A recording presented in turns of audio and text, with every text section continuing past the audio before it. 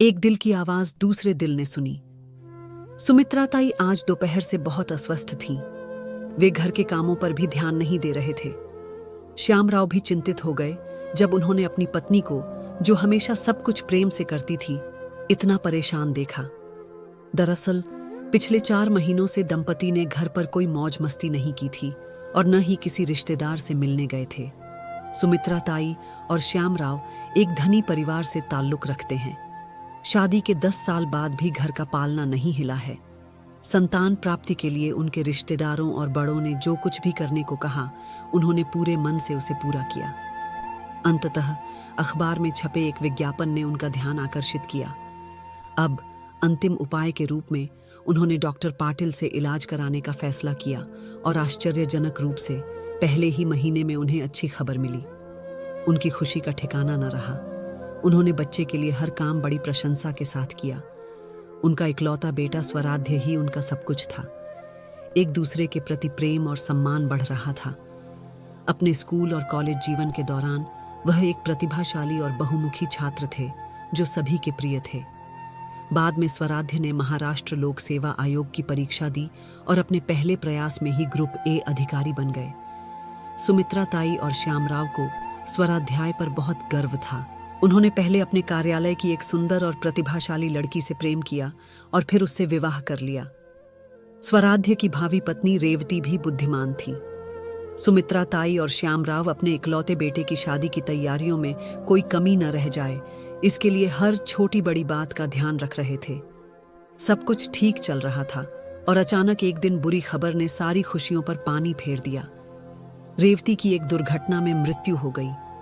इस खबर से स्वराध्या को इतना सदमा लगा कि वह पिछले 4 महीने से अवाक और असहाय थी। यहां तक कि मनोचिकित्सक भी उसकी हालत के आगे असहाय थे। सुमित्रा ताई और श्यामराव थक चुके थे। आज अचानक मुझे एक फोन आया। दूसरी तरफ से एक लड़की बोल रही थी। उन्होंने स्वराध्या से मिलने की इच्छा व्यक्त की। सुमित्रा उस फोन वार्तालाप से परेशान थी। ये लड़की कौन हो सकती है? वह स्वराध्या से क्यों मिलना चाहती है? इस विचार ने सुमित्रा ताई को बेचैन कर दिया था और इसीलिए वह सुबह से ही बेचैन थी। लड़की फोन पर बताए अनुसार घर आ गई। जैसे ही वह पहुंची, उसने झुककर सुमित्रा ताई और श्यामराव का अभिवादन किया। सुमित्रा ने चाय बनाई। चाय की चुस्की लेते हुए उन्होंने कहना शुरू किया, मैं प्रिया कुलकर्णी हूं। मैं पिछले 2 सालों से हृदय रोग से पीड़ित हूं। डॉक्टरों ने सुझाव दिया था कि हृदय प्रत्यारोपण ही इसका एकमात्र उपाय है।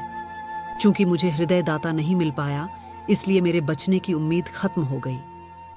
लेकिन 4 महीने पहले मुझे हमारे डॉक्टर का फोन आया। रेवती जोशी नाम की एक युवती अपना दिल मुझे देने जा रही थी। वह अपनी अंतिम सांसें ले रही थी। उसने अपनी अंतिम इच्छा के रूप में मुझे मिलने के लिए बुलाया। फिर आखिरी समय में रेवती ने मुझे स्वराध्या के बारे में सब कुछ बताया और इस दुनिया को अलविदा कह दिया। मेरी सर्जरी सफल रही और रेवती ने मुझे नया जीवन दिया। सच बताऊं तो उस दिन से ही मेरा दिल स्वराध्याय से मिलने के लिए आतुर है।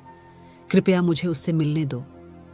सुमित्रा ताई और श्यामराव को कुछ पता नहीं था कि क्या हो रहा है। उन्होंने प्रिया को स्वराध्या के कमरे में दिखाया। अनजाने में प्रिया के मुंह से स्वराध्या को पुकारने के लिए शब्द निकल पड़े, स्वरू। और आश्चर्यजनक रूप से अविचलित स्वराध्या तुरंत पीछे मुड़ गई। दोनों एक दूसरे को देखने लगे। प्रिया दौड़कर स्वराध्याय के गले लग गई। स्वराध्या की आंखों से आंसू बह रहे थे। एक दिल की आवाज दूसरे दिल ने सुनी।